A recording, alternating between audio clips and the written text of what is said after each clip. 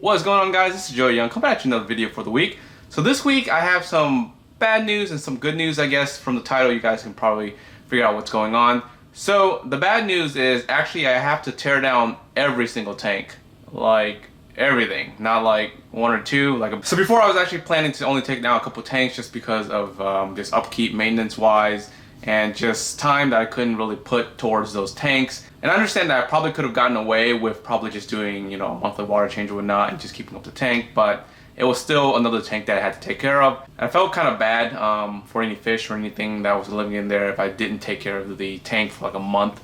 Not saying that, it's not possible, but I just felt bad. So I decided to go ahead and take down a couple of the tanks. And actually I'm still in the process of doing that just because I'm still waiting for some of the racks to fully cycle. It's almost there, but not quite. I'm gonna kind of push out the teardown just a few weeks from now. But like I said, the bad news is I actually have to take down all the tanks. And the reason why is because I'm actually getting a new house. So obviously with all these tanks, it's going to be a nightmare just moving anything from the garage, especially all those racks, some of the bigger tanks to the new house, just because one, I have to deal with like making sure tanks are cycled, making sure things are ready.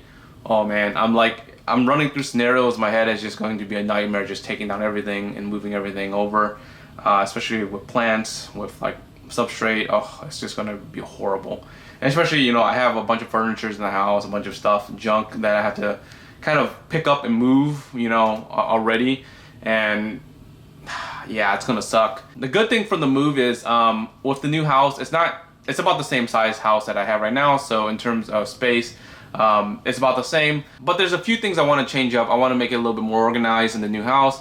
I want to keep some nice displays inside the house while having most of the setup in the garage. Now my current garage has the racks, but I have also a bunch of like tools, a bunch of like, the trash can bin. I also have like the lawnmower, a bunch of just random stuff in the garage on one half, and the other half is like all fish. And also I didn't really do good wire management, so like the wires are all over the place, things are all over the place. So eventually when I move into the new house, I want to organize it a lot better. So that's number one. And I want to somehow figure out how I can fit more tanks in the garage currently, because right now like my current garage is going to be about the same size. It's not going to be anything bigger. It's like really stocked. It's like really overstocked. It's like just a bunch of just stuff all over the place, and I just can barely walk. So I gotta do a little bit more better organization, and might have to take down maybe some of the racks that are just holding like the rocks and whatnot. I might have to kind of move stuff around. So I gotta figure that out. That'll be down the road. The other good thing is the new house won't be ready until next year, sometime in the end of the first quarter. We're building a new house, so it's going to take some time for them to build. So I have some time to think about what I want to keep, what I want to move, stuff like that. Like if I want to really get rid of some of the tanks, I might end up getting rid of them before I actually even go to the new house. So that might be a possibility in terms of me really downgrading, but for sure I'm keeping the racks. So the racks are there. The two 54 gallons, I'm keeping those for sure. I'm definitely keeping one saltwater tank. I'm not sure if I want to keep two, because right now I have two 33 gallon long. I might keep one for a Planet Reef tank, and the other I might keep for the turtle, because the turtle eventually is going to grow pretty big, and I may need that tank for the turtle. Alright, so that is really just the big news for me for this week mainly. But for this week, I want to quickly give you guys an update on what's going on with the 54 gallon tanks. As you know, I took down one of the tanks, I converted it into a Planet tank, and it's finally fully cycled. I actually added half of the livestock into that tank, so both of the Discus and then 3 of the Ultimate Angels into the tank to kind of help build up the bacteria in that tank and kind of like help fuel the plants that are in the tank right now. So this week the Discus decided to lay eggs again. They kind of do this every 2 to 3 weeks anyways, but every single time they eat their eggs and they never get to a wiggler state. But surprisingly today is something a little bit different. They actually got all the way up to wiggler stage, and even though there's only a few of them, but actually this is like a miracle, because like I said, they always eat their eggs way before they even get to wiggler stage.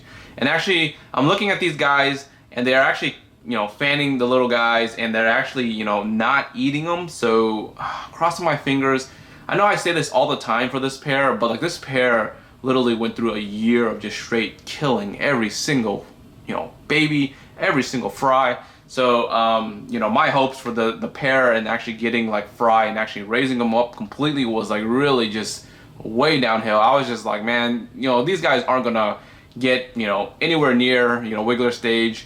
So I'm just gonna go ahead and throw them into a community tank and see, you know, how they do with the Altum Angels. And you know, they're doing a lot better in terms of with each other, with other fish. I noticed that they get along a little bit better. So I'm definitely going to keep them with the Altums for sure, just because of that. So yeah, let's see what happens in the next couple of days. If they disappear the next day, we know that they ate them. And there's not really much I can do from there. And then on the other 54-gallon tank, this is the original tank that they were all in here with the crazy amount of jungle valves. Oh, by the way, I'm trying to get rid of a lot of the plants before I actually move into the new house, because I want to only carry a couple things over. So the jungle valve are in crazy discount right now. It's basically $1 a stem, and these stems are like almost like 1.5 to 2 foot long anyways.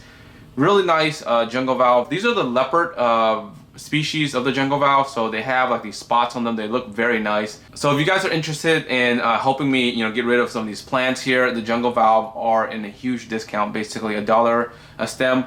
The only thing is you have to buy 10 stems, because again, I'm just trying to get rid of them in mass, so it'll be like $10 for 10 stems, and they're ginormic.